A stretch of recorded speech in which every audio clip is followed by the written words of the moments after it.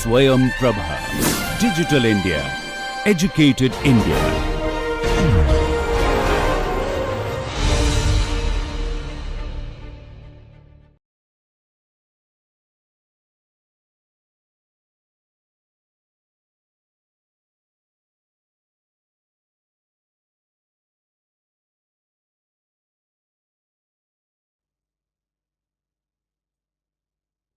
Hello students, welcome to the 10th and the last lecture of this module, that is safety, ethical concerns and regulatory challenges in nanotechnology.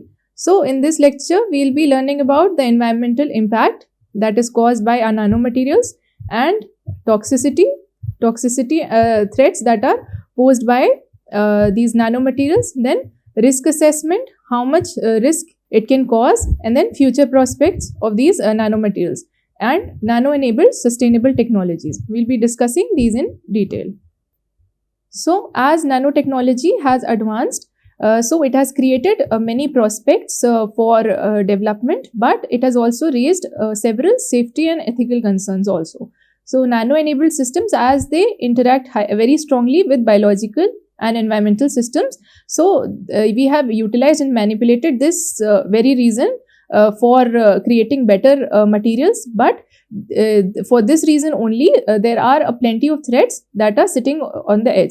So there's assessment of these risks is very essential for sustainable development, and regulation must evolve alongside technological advances. So as nanotechnology is advancing, the regulation methods must also evolve alongside this technology. As any technology advances, you need to regulate that technology alongside.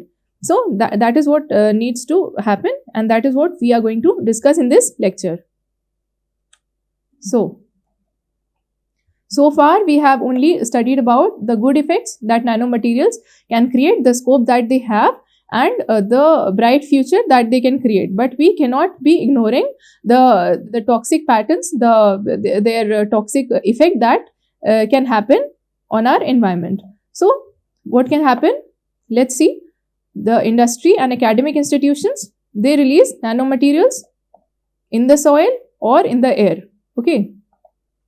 So nanomaterials released in the soil, they are going to travel all the way through the soil and down to water bodies, or they can spread in the soil and go to the crops.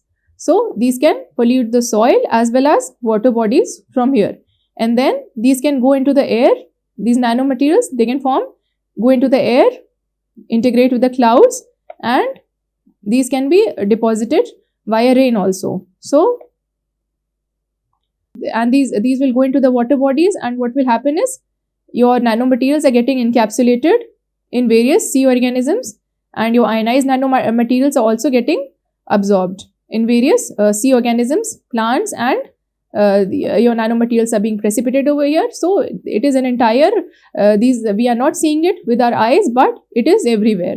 So this is what will happen if we do not check the release of nanomaterials in our environment, and if they are toxic, then we need to think about the disposing methods, and what we are doing, how much we are fabricating those things. We need to do that in control.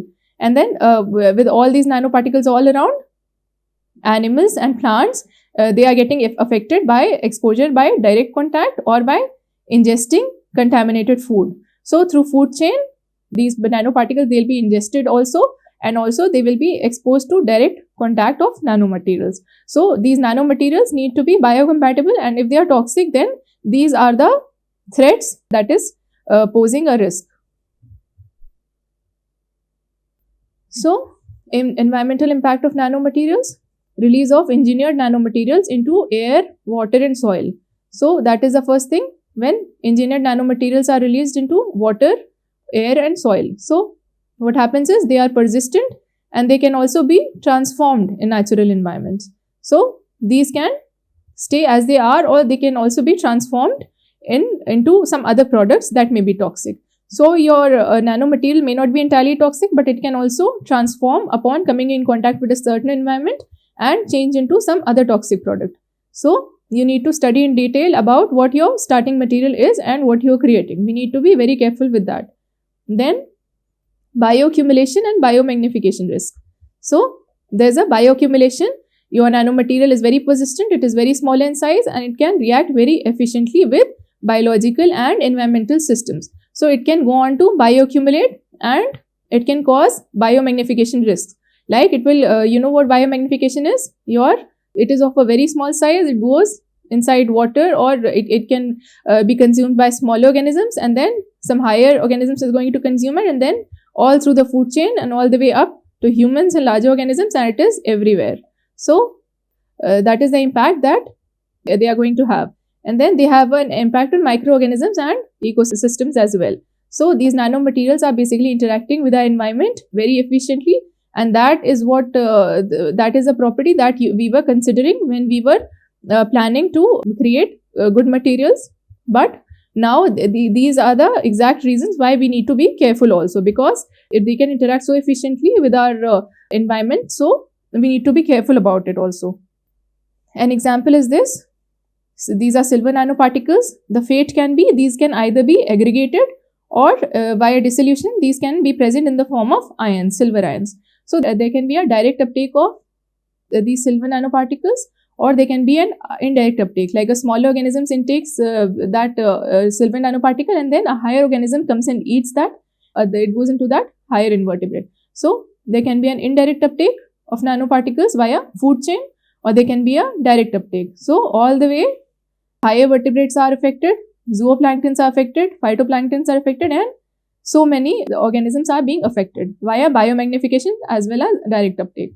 So that is how it affects our environment. And then on a cellular level, what is happening? Your nanoparticle is going through the membrane via endocytosis, and as we have already discussed before, there are many methods through which your nanoparticles can go inside your cell. And then endocytosis is happening. It goes inside the mitochondria, causes mitochondrial dysfunction because it releases reactive oxygen species. It interacts with the biomolecules. Your nanomaterial is going to interact with the biomolecules inside your cell and create certain highly reactive oxygen species. These reactive oxygen species, they are going to further interact with your system to create oxidation of DNA. It will degrade your DNA. It can intercalate with that. It can oxidize your DNA, and then it can cause mutagenic effects or apoptosis. Okay. Then it can create it can create a less efficient, basically it can affect your antioxidant defense system. So your ROS generation by your nanomaterial, it will dampen your antioxidant defense system by generating that much amount of ROS. And then there'll be oxidative stress is going to dominate, and then there'll be damage of membrane protein and lipids that result in altered cell signaling. There'll be a damage of membrane protein and lipids that will change your entire cell signaling process, and that can also lead to cell death. So this is how nanoparticles are going to kill a cell, and this represents the toxicity that your nanomaterials, if they are toxic, they are capable of causing all this. That's a zero valent iron, as you can see. And what are the environmental transformations? So it does not remain as such also. It can cause aggregation of these zero valent ions, or it can get oxidized too. It can also be dissolved to produce these iron salts or ions. And then what are the ecological effects? There's a nanoparticle specific toxicity, and there's physical interaction or oxidative damage. There's a physical interaction and oxidative damage of these organisms. And then there can be a direct uptake. There can be a biological mediated transformation. This can be consumed and be transformed also. And this fish, like this higher organisms can also uptake this. So there can be a direct interaction and ionic toxicity. These dissolved ions can create ionic toxicity, and that can go through the plants and then reach via biomagnification also. It can reach different organisms through food chain. So these are the environmental transformations, and these are the ecological effects that can be caused by nanomaterials. So they do not affect you as such in a direct fashion. They can do so much damage through various processes also. So they can be transformed, and then they can cause different ecological effects and alter your entire ecosystem. Toxicity of nanomaterials. So size, shape and surface chemistry of your nanomaterial influences its toxicity. So here also the size, shape and surface chemistry of your nanomaterial is influencing its toxicity. And enhanced cellular uptake compared to bulk material. So because of the smaller size, there is an enhanced cellular uptake as compared to bulk materials. So you're not consuming bulk materials as much as you are capable of consuming nanomaterials if they are toxic, and you are basically capable of a much larger amount of cellular uptake of these nanomaterials as compared to bulk materials. Then oxidative stress and inflammatory responses. These nanomaterials, they are capable of creating highly reactive oxygen species that generate oxidative stress, and so they are also capable of generating inflammatory responses. So they are going to dampen your entire antioxidative system, and they are highly toxic. So they can also cause genotoxicity and long-term exposure concerns. So these are persistent and they can cause long-term exposure concerns, and these can also be genotoxic. This is a toxicity of nanomaterials in a nutshell. So that's a picture that shows exactly how your nanomaterial is interacting with your cell membrane. So these are the nanoparticles. They are going inside the cell membrane via diffusion or membrane transport proteins. These are membrane transport proteins, and that is the process of diffusion. And these are the nanoparticles. They are going either via endocytosis, simple diffusion, or membrane transport proteins. Then they're getting integrated with various cell organelles, and that's your mitochondria. It is also getting inside your mitochondria, and this is generating a large amount of reactive oxygen species. The hydroxyl radicals, the superoxide radicals, and reactive oxygen species are being created over here, and this is causing oxidative stress. So, and this oxidative stress is then further going to damage the DNA, or it is responsible for the oxidation of proteins, for the inactivation of antioxidant defense system. It is also damaging cell membrane, and then inflammatory response. It is creating a high inflammatory response, and it is also causing mitochondrial dysfunction. So all these toxicity, your nanoparticles are capable of creating all these toxic patterns, and then this entirely is responsible for the cell death also. So this is how much harm a nanoparticle is capable of creating. It is going inside, getting integrated with cellular organisms, generating ROS, and causing dysfunction to your other processes. It is damaging the DNA. It is also creating oxidation of proteins. Proteins, as you can see, they are very vital part of your cell. So oxidation of proteins, they'll be damaged, and then inactivation of your antioxidant defense system. There's an antioxidant defense system, and if your ROS increases, there'll be a great imbalance between that, and it will affect your antioxidant defense system, and your membranes are getting damaged. There's inflammatory response and mitochondrial dysfunction, and that causes cell death. That is how apoptosis happens. So that is zinc oxide nanoparticles that is going inside a mitochondria. As you can see, that's ROS mediated processes, damaging membranes, damaging proteins, damaging DNA, upregulation of caspase 12, and that causing apoptosis. So that's zinc oxide nanoparticle toxicity. These are zinc oxide nanoparticles, that is zinc 2 plus ions. These are going inside via endocytosis in the liposome, and then ROS mediated damage, nucleus DNA damage, then via p53 pathway, that is causing apoptosis, or in mitochondrion, that is causing damage this way by affecting various pathways. It is causing mitochondrial damage also. So that is how it is damaging a cell. Then let's discuss the nanobio interactions. How does your nanomaterial interact with biological system? So a protein corona formation occurs that alters biological identity.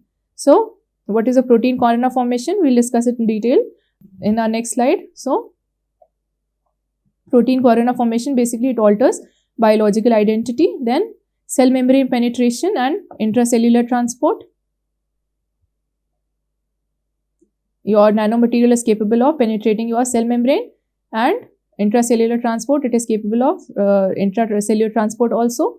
Then interaction with the immune system, it is capable of interacting with your immune system also. And then dose, exposure route and duration effects, these are all important.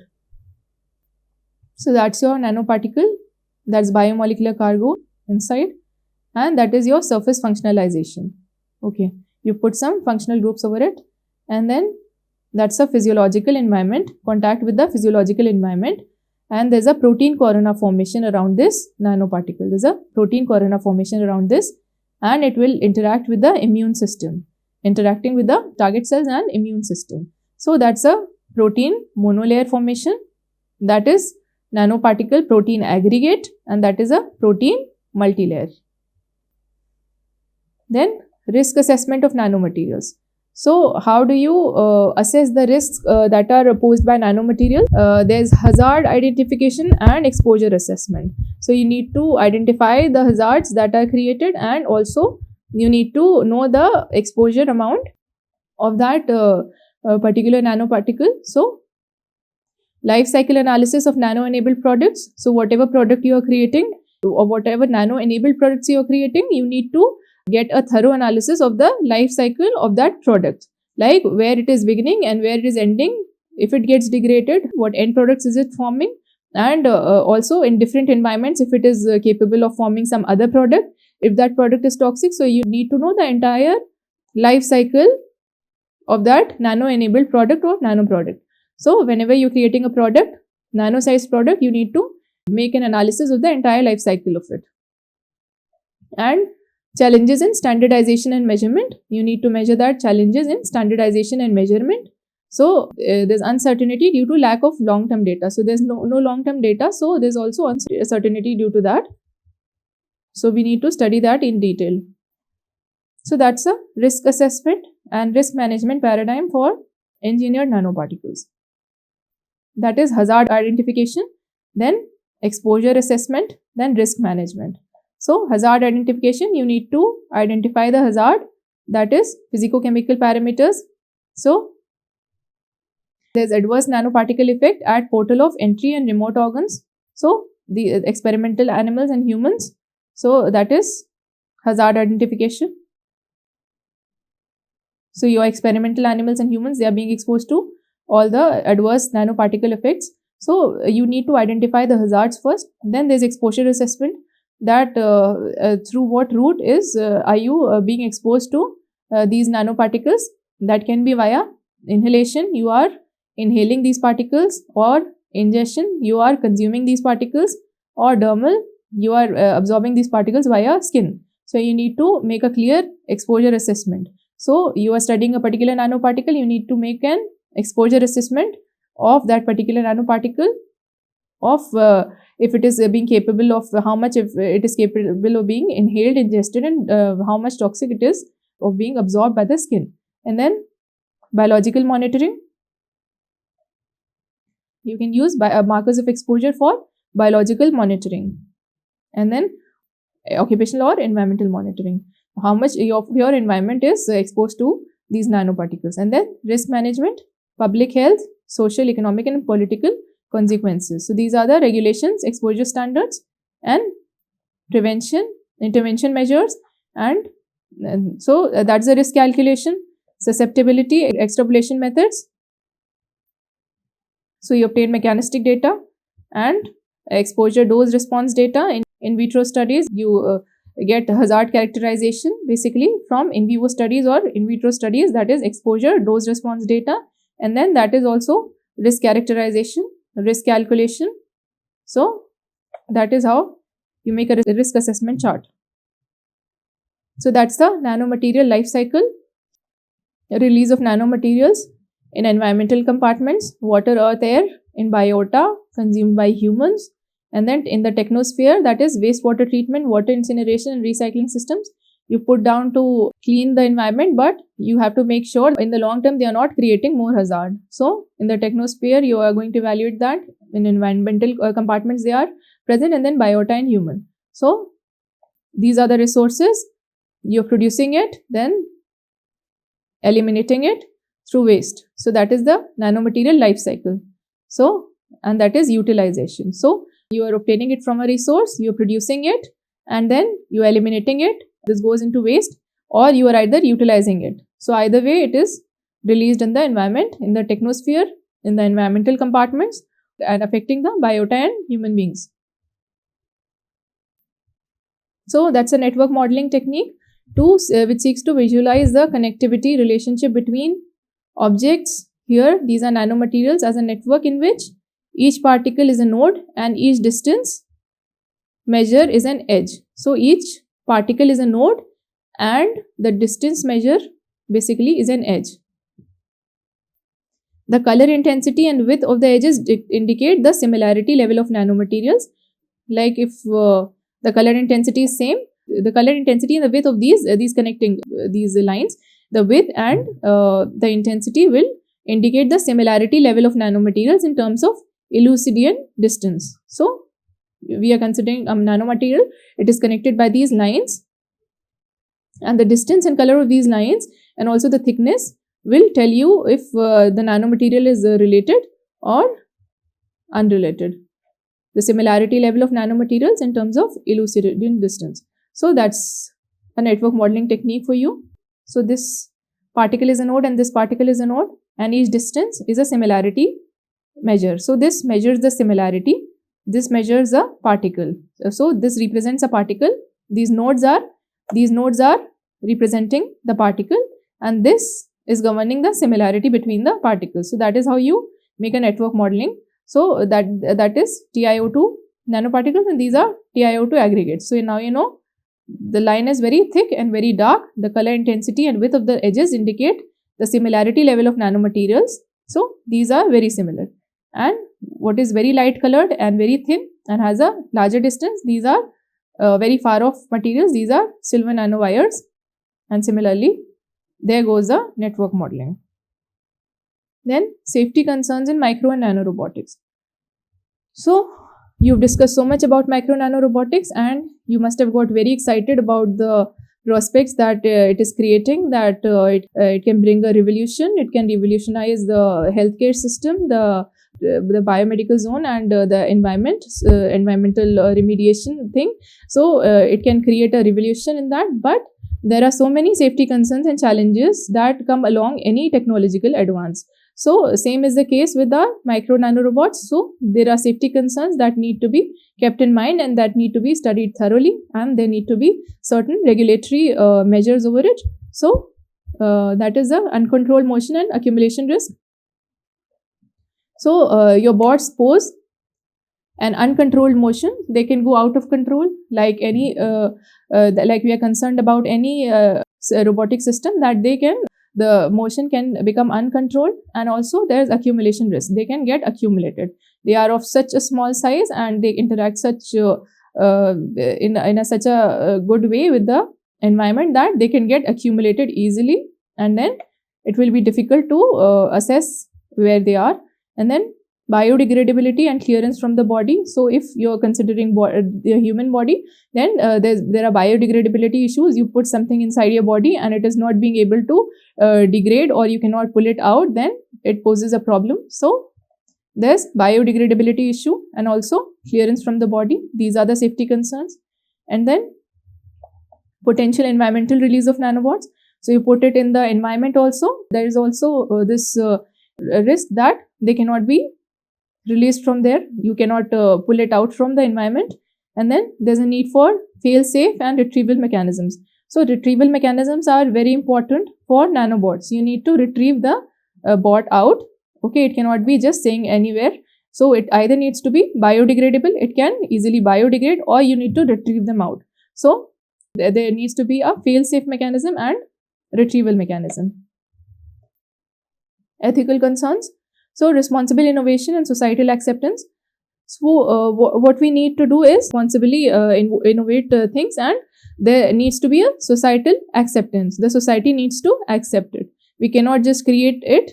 The society needs to know what we are creating, and they need to accept the innovation. So, there needs to be a responsible innovation from the side of science and technology, and also there needs to be a societal acceptance. This is the ethical concern, that people should accept what we are creating. And then privacy and data security in medical nanorobotics.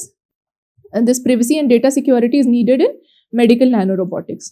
Okay, so equitable access to nano-enabled technologies.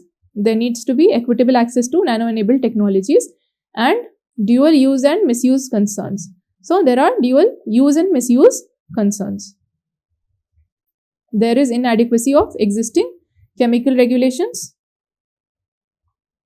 So till now, there are not much chemical regulations on nanotechnology, and then lack of unified international standards. So there are not there are plenty of national and international standards, but they are not unified. So there's difficulty in defining and classifying nanomaterials. So as there are no unified international standards, there is a huge difficulty in defining a nanomaterial and classifying it, whether to classify it into toxic, non-toxic, or whatever. You need to define it properly, and you need to classify it according to some unified international standard. Then balancing innovation with public safety. So these are the regulatory challenges. You need to balance innovation along with public safety. These are the challenges to be considered for making regulations. So now we are going to make regulations over nanotechnology. So these are the challenges that are to be considered. So you need to access the exact toxic dose of your nanomaterial. You need to know how toxic it is and from what point it is starting, the exact toxic dose. Then chronic studies regarding the nanomaterial. You need to generate data from the chronic studies regarding nanomaterials. You need to do more study on the nanomaterial. The chronic studies, in vitro and in vivo studies will tell you how much toxicity is it capable of causing. So extrapolation of in vivo and in vitro results to humans. So you create this, that's in vitro study or in vivo study, you're making a chronic study, and then extrapolate it to the that result to the humans, that if it is causing this much harm in vitro and this much harm in vivo, so how much harm it is capable of causing to humans. And then exposure quantification, concentration of nanoparticles is so that's amount of nanoparticles exposed, and concentration of nanoparticles, which is exposure quantification. So quantification of nanoparticle exposure is important, which is equals to the concentration of nanoparticles plus the amount of nanoparticles exposed. Okay, so the amount of nanoparticles that are exposed and their concentration, this will be your exposure quantification, how much you are exposed to a particular nanoparticle.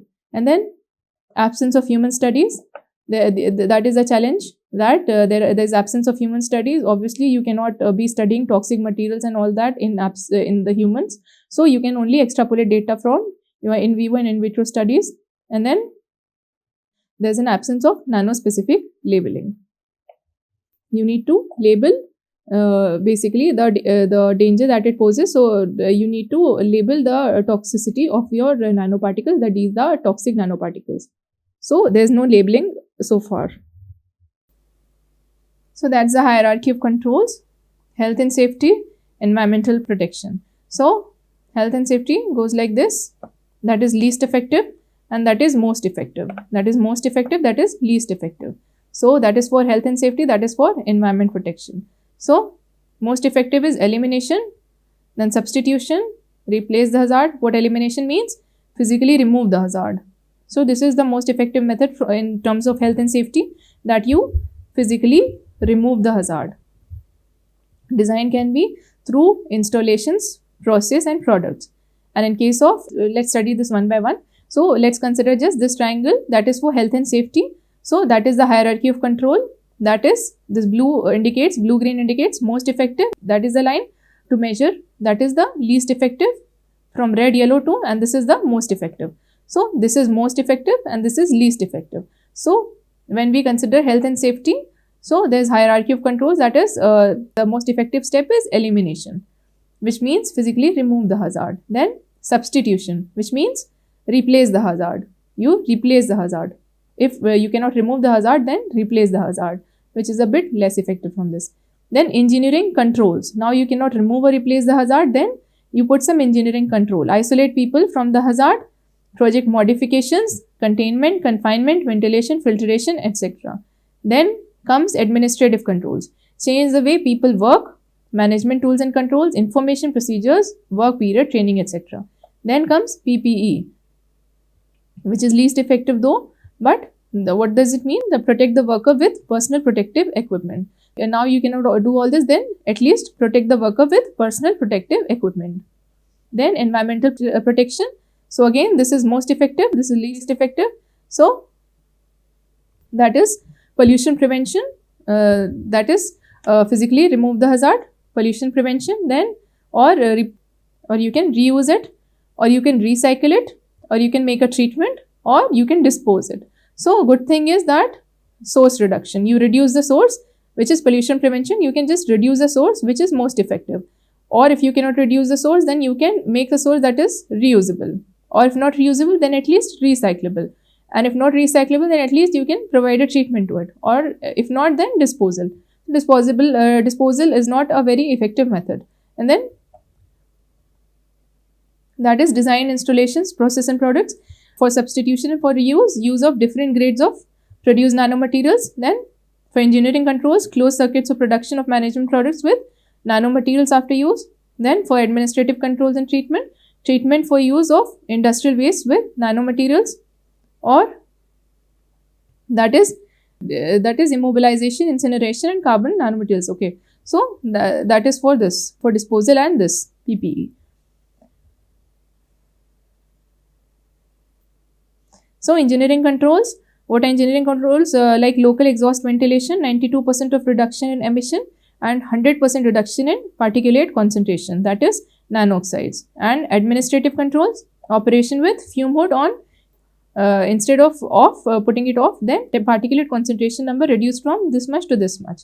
And then personal protective equipment, use of sealed against unsealed respiratory protection device, the protection factor increases 100 to itna times greater. Then these are the engineering controls and administrative controls and personal protective equipment controls. So these are the control measures. So these are the challenges in the regulation of nanomaterials and nanomedicine. So now you've studied how to regulate, but there are certain challenges like increased permeation and mobility can allow smaller particles to cross the blood-brain barrier, resulting in the compromisation of normal brain function.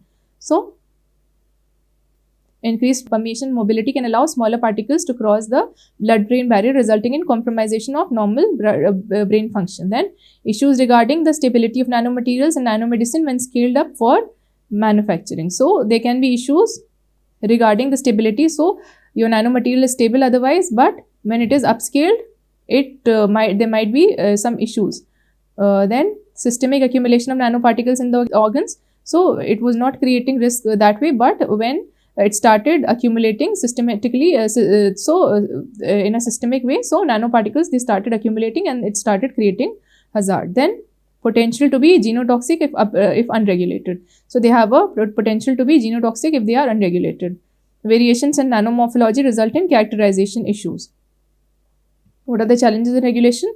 So they have variations in nanomorphology. You're creating a nanomaterial, let's say, by a top-down approach, like I've already told you, they are not uniform in terms of property. So there may be variations in the same nanoparticles morphology, which can result in characterization issues. You cannot characterize them properly. Then the definition and classification of nanomaterials and nanomedicine differ between countries. There's not a single regulatory, country-wise, there's not any single regulatory authority. So the definition and classification of nanomaterials and nanomedicine can differ between two countries. Then standard in vitro nanotoxicology tests do not account for the complex nature of the human body. So now you have assessed it in vitro and in vivo, but they do not match the complex nature of the human body. So you do not know the exact toxicity that nanomaterial is capable of creating inside your human body, even though that passed the regulatory test considering the in vitro and in vivo tests. So there's a lack of unified set of global regulations. So there are no unified set of global regulations. There are different regulations in different countries, but no unified global regulations. So there's possible environmental impact. Nanomedicine pharmacokinetics deviate from standardized norm of small drug molecules. So your nanomedicine pharmacokinetics, they shift from the standardized norm, that is for small drug molecules. So at nano level, things change entirely. So there are no standardized norms for that. Current regulatory approaches. So adaptation of chemical safety regulations. These are the current regulatory approaches. There's adaptation of chemical safety regulations. So we adapt to these the regulations, and then case by case evaluation of nanomaterials. So these are the current regulatory approaches that people are using worldwide. That is adaptation of chemical safety regulations, or case by case evaluation of nanomaterials, or guidelines for occupational exposure, or post market surveillance strategies. So there are guidelines for occupational exposure also, like if you are exposed to nanoparticles in case of science and industry. So there are guidelines for that also. Then post market surveillance strategies are also there. So these are the national and international authorities, agencies and initiatives developing frameworks, legislations and guidelines for nanomaterials. So country-wise national and international authorities that are responsible for regulating the guidelines for nanomaterials. So in USA there's FDA and EPA. Then in Mexico there's this project, Sinanotox project, and this initiative. Then in Colombia it is ICONTEC in Colombia. Then in Costa Rica it is this. In Brazil it is ABNT. In Argentina it is IRAM, or in European Commission it is REACH, ICA and UON. So you can see in different countries and different regions these are different international authorities, then national authorities, and then these are the international authorities that are unified, that is UN, WHO, Sustainable Development Agenda, and UNEP, UNITAR, that, and then OECD or WPMN or ISO or this. So these are the international authorities, and these are the national authorities country-wise. So these are the top 10 countries with nanotechnology standards to date. Till December 2023, this was the data collected from a research article. That is, these are the top 10 countries with nanotechnology standards that are to date. What are the top 10 countries? That is Denmark, Sweden, Netherlands, UK, France, Bulgaria, Iran, China, Taiwan and United States. So that is the top 10 countries with nanotechnology standards up to date. Then US FDA, according to US FDA, there are risk-based framework, chemistry, manufacturing and controls, dimension, human pharmacokinetics and bioavailability and toxicology, labeling and documentation, immunogenicity and environmental impact. These are the regulatory frameworks in US FDA. So that's the description of the hazard category for NMP. Hazard category 1, hazard category 2 and hazard category 3. That's exposure category 1, exposure category 2 and exposure category 3.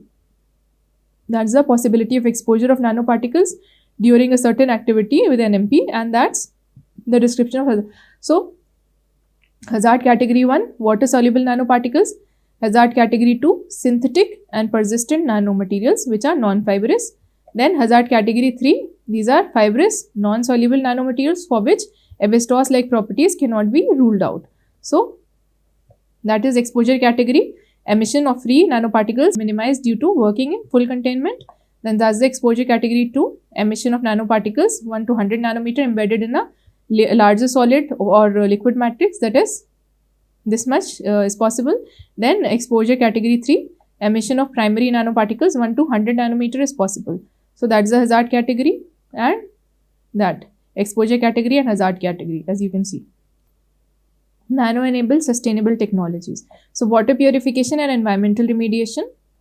Nano-enabled sustainable technologies are being used in water purification and environmental remediation, in energy harvesting and storage systems, in energy harvesting and storage systems, then in green synthesis and biodegradable nanomaterials, in creating green synthesis and creating biodegradable nanomaterials, and reduction of material and energy consumption. So these are the nano-enabled sustainable nanotechnologies. So what are the future prospects? Basically, development of safe by design nanomaterials. So that is what the goal is, to develop nanomaterials that are safe by design. So that is the main goal.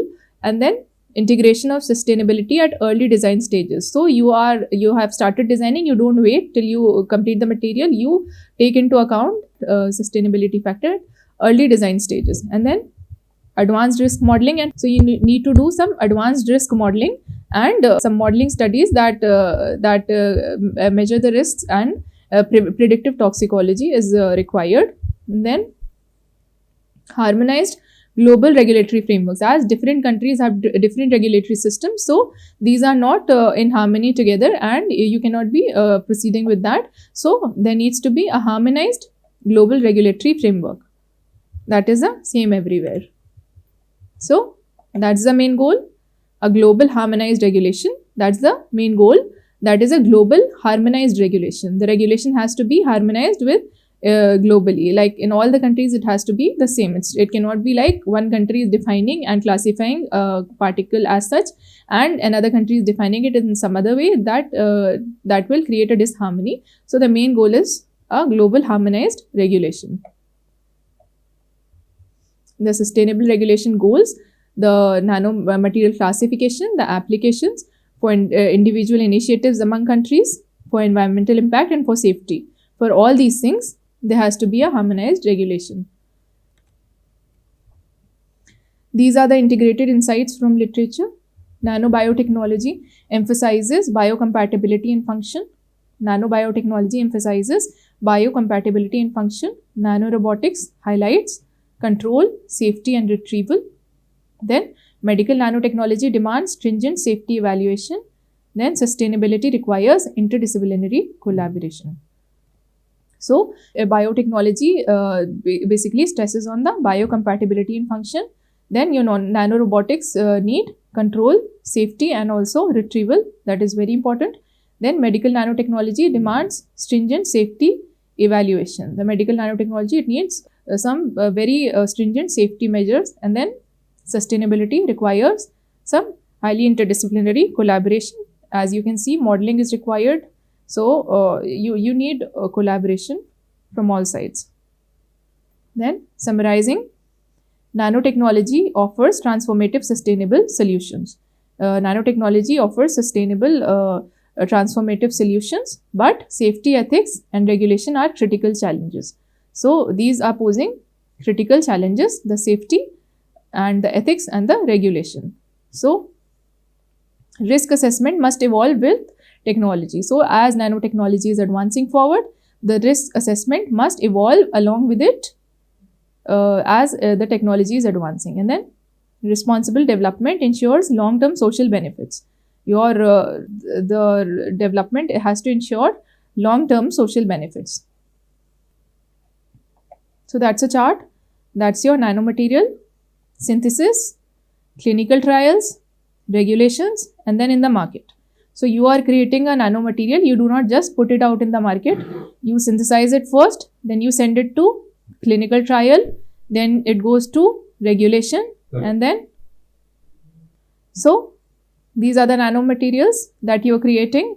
So you cannot just put it out in the market. You synthesize it first. So there's synthesis, then clinical trials, then regulations, then market. So you are synthesizing your nanomaterials, you are synthesizing it, then you are sending it to clinical trials, and then you are sending it for regulation, and then it goes out to the market. And it has to be approved by US FDA, EU, MHRA, TGA or MHLW, PDMA. These are all regulatory bodies that need to approve this, and then it goes out for consumption. Okay. So these are the regulatory challenges, that these nanoparticles can have diverse morphology. So this is the entire summary of what we are discussing in this lecture. So what are the regulatory challenges? These have a diverse morphology and they have a complicated physicochemical properties. These have very complicated physicochemical properties. You cannot define or classify them in one chart. So these are very complicated physicochemical properties. Then there is insufficient safety and toxicity data. You don't have much toxicology studies on this, and there is insufficient safety and toxicity data. So these are the regulatory challenges. And then there's non-uniform definition of nanomaterials. There's no single uniform definition of nanomaterials. They are being created in different ways and they have different properties. So there's no uniform definition for nanomaterials. And also there are so many regulatory bodies. So there are a lot of differences between the regulation as well as for the definition of these nanomaterials. So these poses these regulatory challenges, that is diverse morphology, complicated physicochemical properties, insufficient safety and toxicity data, or non-uniform definition of nanomaterials. So now we have come to the end of this entire module, and what we have learned in this module, starting from the first lecture, that was a brief introduction to what nanoparticles and what nanotechnology and what nanomaterials were. We defined that, and then we understood what was quantum confinement effects and the specific properties that are associated with nanoparticles, their surface effects, the properties that they have, their unique properties, the magnetic anisotropy, their super paramagnetism, and thermal properties, and so many properties that were unique to your nanoparticles. So these properties lead to different functions and which can be utilized for various purposes. So in the first lecture, we learnt about what nanoscience is, what nanotechnology is, what a nanomaterial is. And then in the second lecture, what we discovered was the different properties that these nanomaterials possess. And then third lecture, we learnt about the classification of nanomaterials.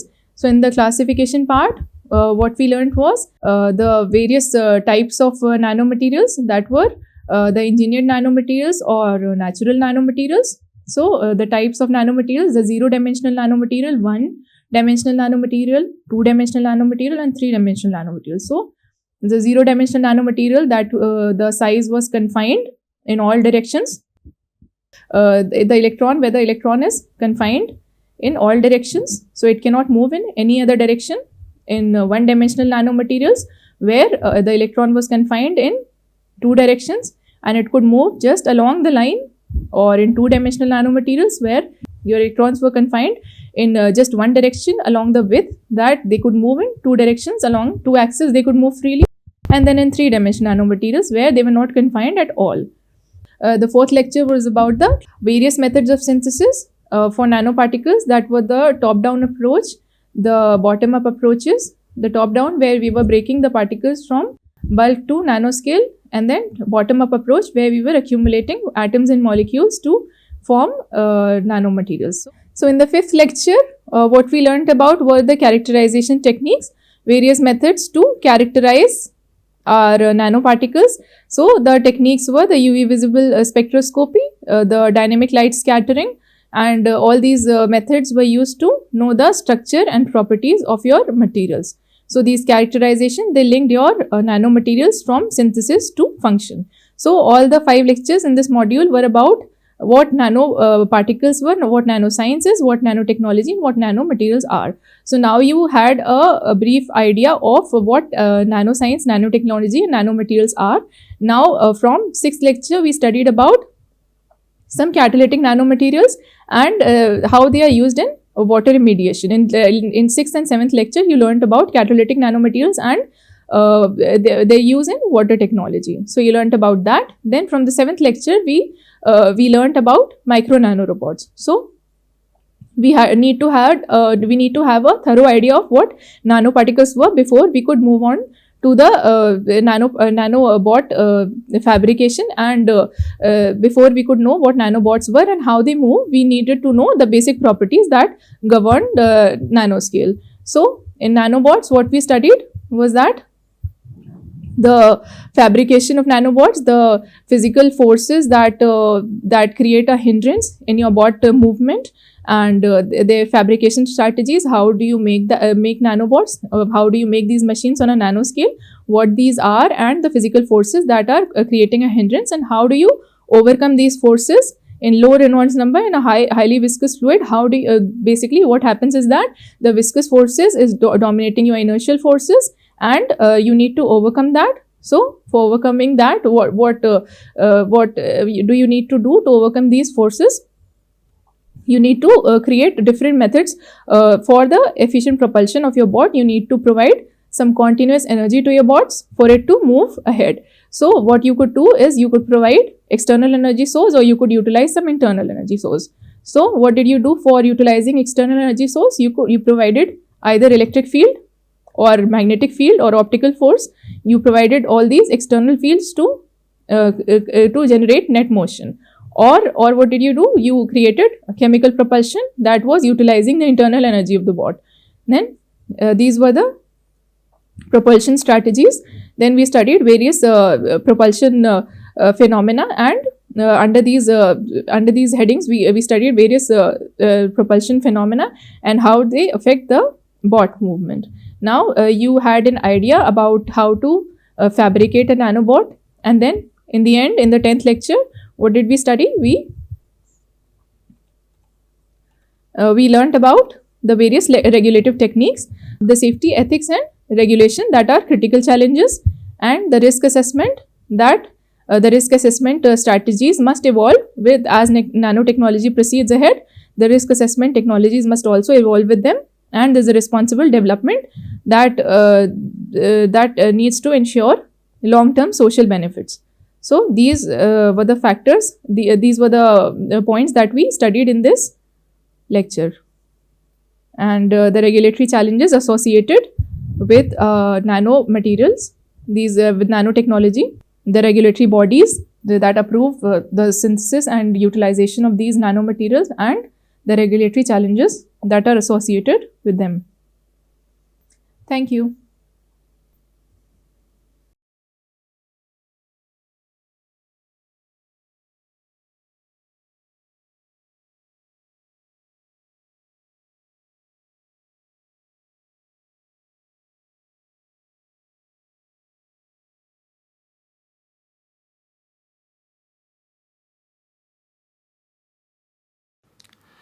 Hello and welcome to this piece of literary snippet. As a student of English literature, the kind of poetry that we are most likely to encounter is perhaps the sonnet. Now, a sonnet, as some of us might already know, is a poem which is composed by putting together 14 lines of verse, and this style of poetry was first popularized by a poet named Petrarch, who lived in Italy during the 14th century. Now, legend has it that Petrarch once saw a very beautiful lady by the name of Laura, and Petrarch was so enamored by the lady that he wanted to compose poems to celebrate his love for her.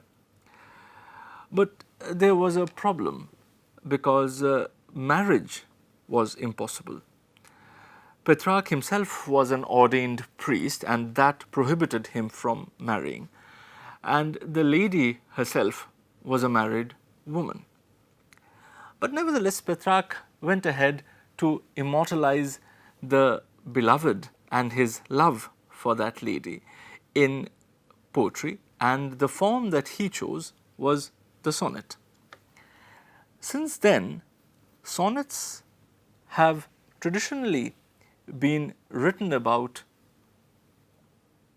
ladies who are of unparalleled beauty, and about poets who are hapless lovers and who know that their love for their beloved would have to remain unrequited forever. Now, in England, the sonnet form came around 16th century, and its first practitioners were people like Sir Henry Howard, the Earl of Surrey, and Sir Thomas Wyatt. However, it was William Shakespeare who was to prove the greatest of English sonnetteers. And in fact, the charm of those sonnets that Shakespeare wrote 400 years from now still can be felt. And if I read out to you one of Shakespeare's sonnets, you'll appreciate this better. This sonnet is usually known by the title, "Shall I Compare Thee to a Summer's Day?", which is also the first line with which the poem begins.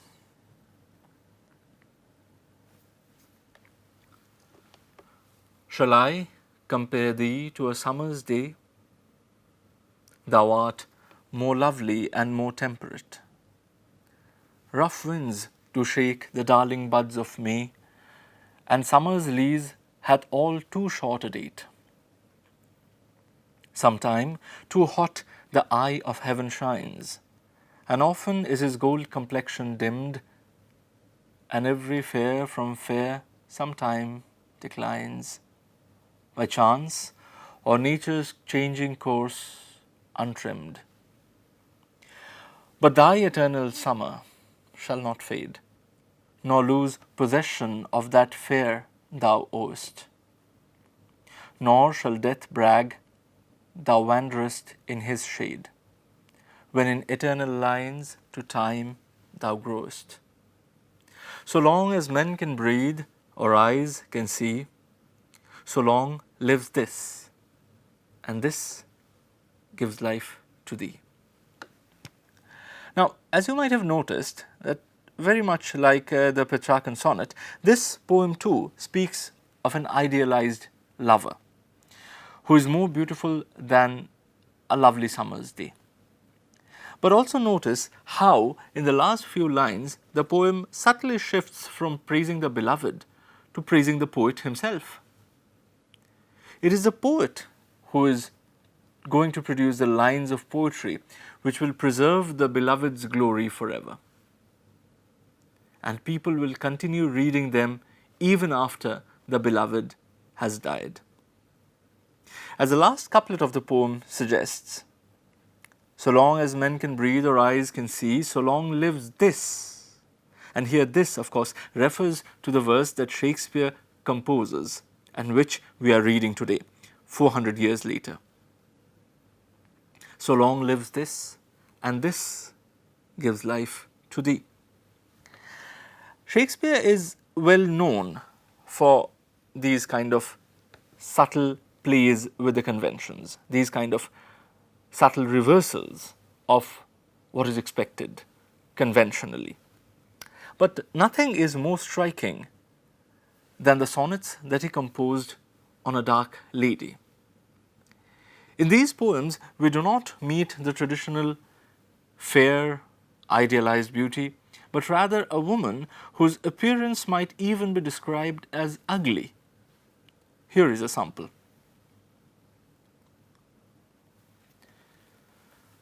My mistress's eyes are nothing like the sun. Coral is far more red than her lips is red. If snow be white, why then her breasts are dun. If hairs be wires, black wires grow on her head. I have seen roses damasked red and white, but no such roses see I in her cheeks. And in some perfumes is there more delight than in the breath that from my mistress reeks. I love to hear her speak, yet well I know that music hath a far more pleasing sound. I grant I never saw a goddess go. My mistress, when she walks, treads on the ground. And yet, by heaven, I think my love as rare as any she belied with false compare. As you can see, the beloved described in this poem is nowhere as beautiful as a beloved of the first poem. Yet, the point that Shakespeare is making here is that though the image of the beloved is not as beautiful as it was in the previous poem, it doesn't stop her from being an object of love. Love, Shakespeare insists, has very little to do with the outward appearance of a person. And in many ways, this de-idealized beloved is perhaps a person with whom a more intimate engagement is possible. She is definitely a more human person, a person who treads on the ground just like all of us do. See you in the next episode of Literary Snippet.